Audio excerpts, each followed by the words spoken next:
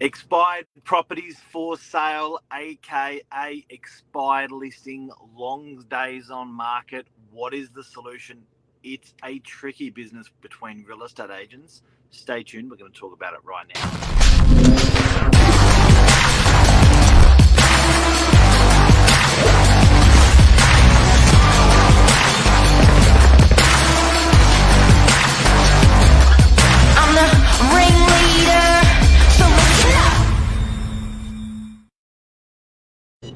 It's a war zone out there, Lise.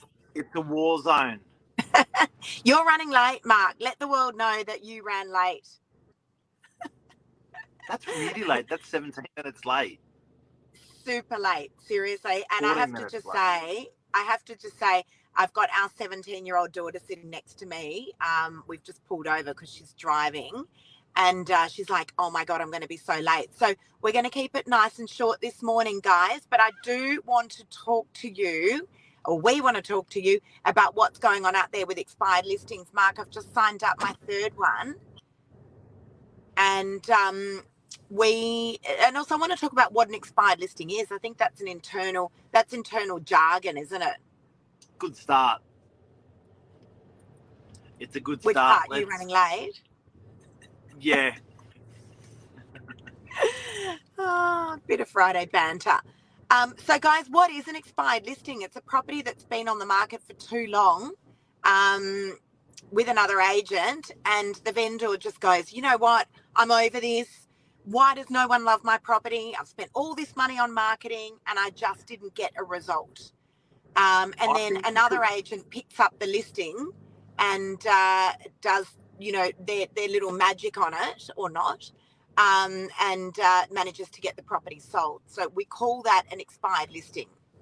And it's a field of emotions. There's vendor fatigue. Yeah. So the seller's just fatigued. They're just like, man, this is hard work. We've been at this for 16 weeks.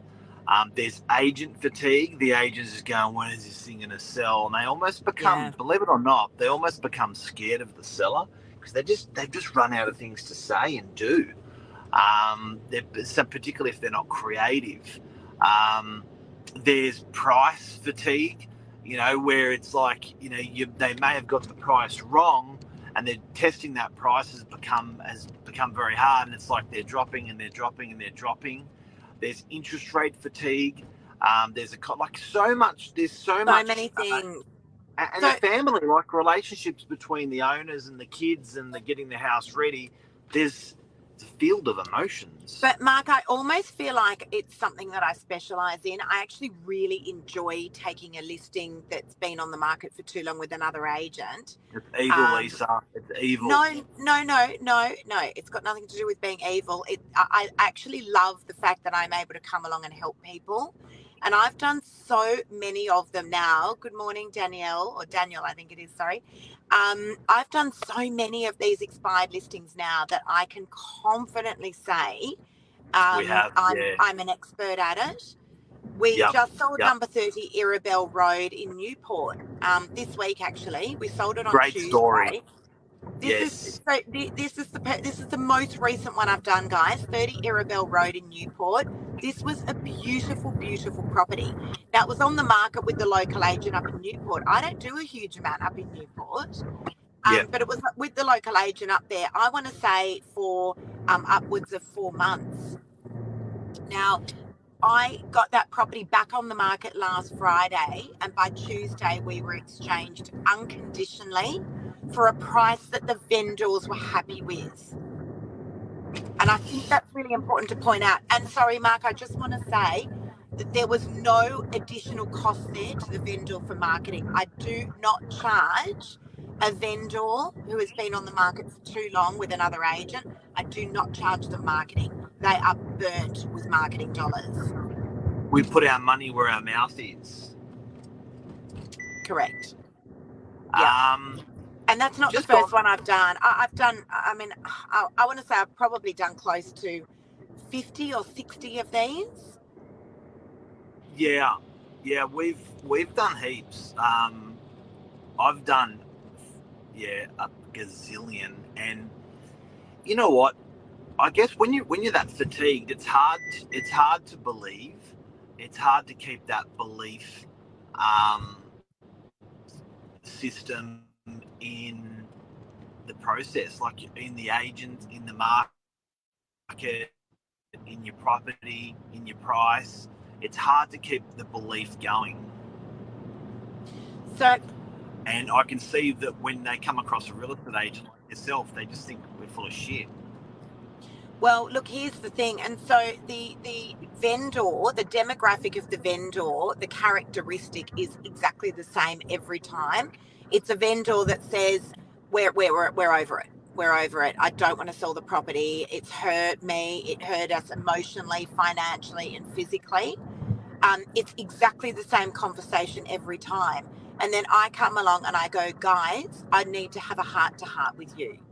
What is the price that you will sell for tomorrow? Because if I pick this up, chances are I'm going to have you sold quite quickly.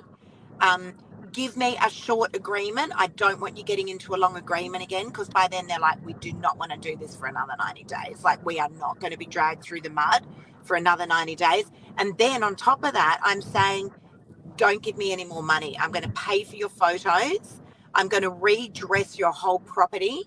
I'm going to launch out to market with a whole different price strategy.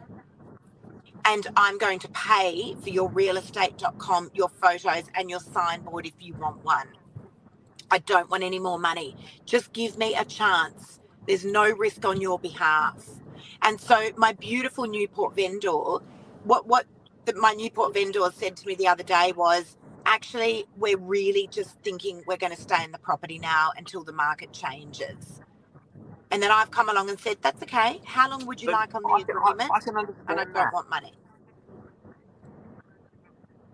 But I can understand that, being the devil's advocate and thinking about the vendor's position. And after experiencing all those highs and lows through the campaign, I really get the vendors, where the vendor's at with their thought, with their rationale. Do you know what I mean? Like, I really get that. What the unbelievable thing is, they've been believing that, and that's been pounded into them week after week after week, more and more and more of it. They come along on Wednesday, Thursday, talk to you, they give you their property, and you sell it, and you have a whole bunch of people through, a lot of people through in one weekend. I was at the Open, and then sell it on Monday, Tuesday. Like, it's too good to be true. And guys, can I just say, these were 10 fresh buyers that came through that property. It had been on the market for almost 6 months. There were 10 fresh buyers that we generated. Sorry, my cradle just fell. That we generated and brought through that property. This was a fresh buyer that brought the property.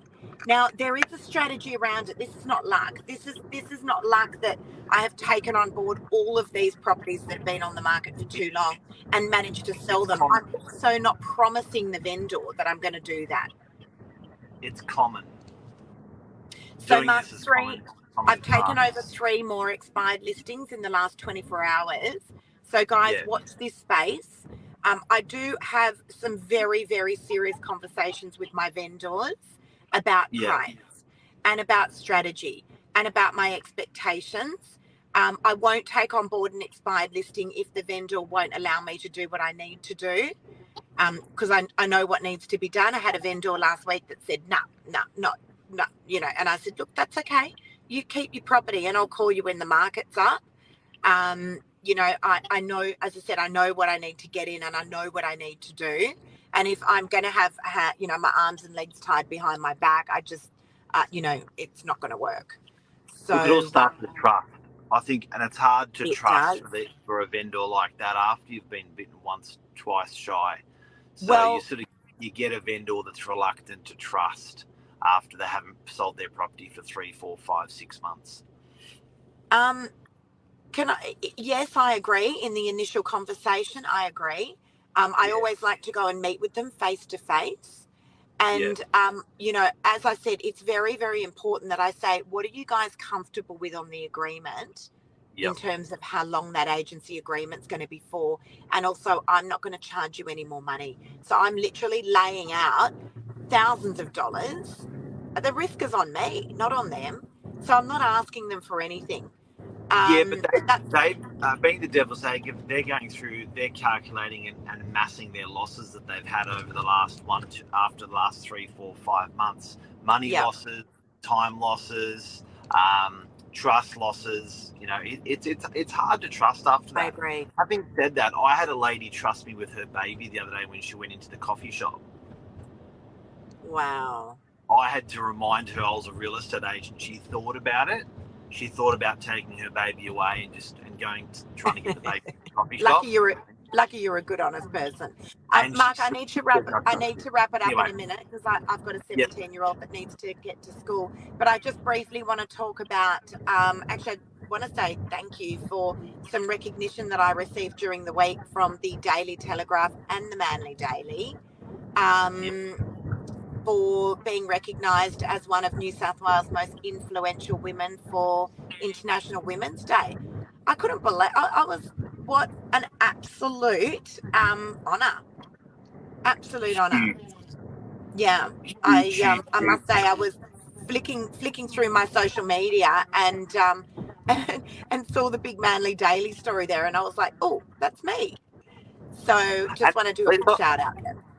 And also shout out to everyone that supports you, because I cannot believe the amount, just witnessing women support women in business compared to men versus men in business. And it's incredible. Sexist. I probably am being sexist, but the way women rally around each other, and I think, is that called feminism? But I don't know. But the way they rally around is just so impressive and liberating, and it's amazing that you don't see guys do that. Not as much, not in a pub. We sort of take it out of each other. I had a real estate agent. Well done. Thank you, Mark.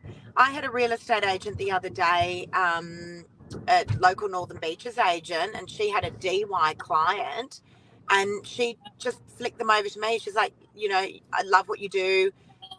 Could you please help out this person? And when I wrote back saying, thank you so much, if anything comes of it, obviously I'm happy to pay you a referral, she was like, not interested, just look after this person. I was like, I freaking love this. Yeah. It's just, I agree. The women really do support the women in our industry, that's for sure. And outside of our industry. All right, I'm going to have to leave it there, guys. The women nest and the men spear each other. Maybe 1,000 years ago. All right, I'll have to leave it there. I've got to get our teenager to school. There, guys. Thanks, Lisa. Glamorous.